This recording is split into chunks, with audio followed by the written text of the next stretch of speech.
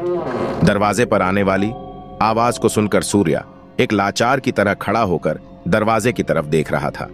अब वो पूरी तरह डर गया। आखिर डरता भी क्यों नहीं? इतनी दूर शहर में अकेला रहता था।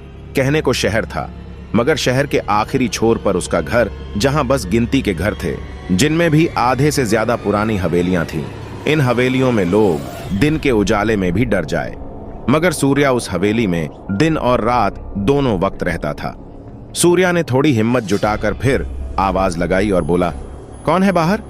मगर कहां सामने से कोई जवाब आने वाला था। इस बार थोड़ी और हिम्मत जुटाकर दरवाजा खोलकर देखने का मन बना लिया। सूर्या धीरे धीरे सीढ़ियों से उतरकर दरवाजे की तरफ आगे बढ़ने लगा।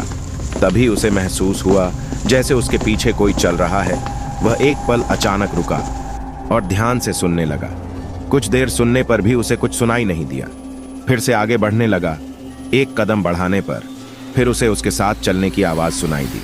सूर्या ने इसे अनसुना किया। तभी हवेली में डरावनी आवाजें गूंजने लगी। इन सब आवाजों से सूर्या बहुत ज्यादा डर गया और उसके हाथ से लालटेन छूटकर नीचे गिर पड़ी। सूर्या के हाथ में जैसे ही लालटेन छुट्टी, वैसे ही आग का एक गुब्बारा उसके सामने उठा। पहले एक भयानक कुत्ते का रूप लिया, बाद में एक बिना सिर वाले शैतान का रूप ले लिया। सूर्या अब जोर से चिल्लाने लगा, मगर उसकी आवाज यहां कौन सुनने वाला था। सूर्या जल्दी से कमरे की तरफ भागने लगा, मगर वो हिल भी नहीं पाया। अब बर्दाश्त की सभी हदें पार हो गईं। बिना सिर वाला शैतान जैसे ही उसकी तरफ आगे बढ़ने लगा, सूर्या वहीं नीचे फर्श पर गिर पड़ा। अब ऐसा होना भी मुमकिन है। रात के अंधेरे में इतनी पुरानी हवेली, जिसमें डरावनी आवाजों का गूंजना और अचानक साथ में किसी बिना सिर वाले शैतान का हमारे सामने आ जाना, मानो डर से जान निकल जाती है। ये सब देखकर सूर्या बेहोश हो गया, लेकिन अब भी बिना सिर वाला शैतान कहां रुकने वाला था। वह सूर्य के पास आ गया। अब उसे छूने ही वाला था कि उसे एक जोर का झटका लगा, जिससे वो दूर जा पड़ा। शैतान एक बार फिर कोशिश करने लगा, मगर इस बार सूर्य के पास से एक तेज रोशनी आने लगी। यह रोशनी शायद उसके गले में पहने किसी लॉकेट से थी। इस तेज रोशनी को शैतान बर्दाश्त नहीं कर पाया और जलता हुआ गायब हो गया। मौसम शांत होने लगा। हवेली की लाइट भी फिर से आ गई, मगर अभी भी सूर्या बेहोश था। 15 मिनट गुजर जाने के बाद भी सूर्या को पूरी तरह से होश नहीं आया। तभी उसे किसी के आने की आहट सुनी। सूर्या उठकर देखना चाहता था, मगर वह डर से इतना भयभीत हो चुका था कि उसकी हिम्मत ने जवाब दे दिया और वह उठने में कामयाब नहीं हो सका।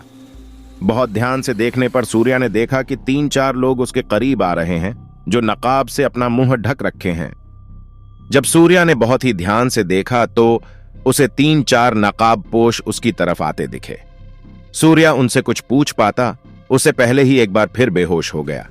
जब होश आया तो उसने खुद को एक अंधेरे कमरे में बंद पाया। बड़ी गौर से चारों तरफ देखने पर भी उसे कुछ समझ में नहीं आया। अब वह समझ नहीं पा रहा था कि यह क्या हो रहा है। कल रात का वह खतरनाक मंजर उसे अभी याद था। मन ही मन उस रात को याद करके डर रहा था। सूर्या को याद आया कि वह बिना धड़ वाला शैतान अचानक कहां गायब हो गया था।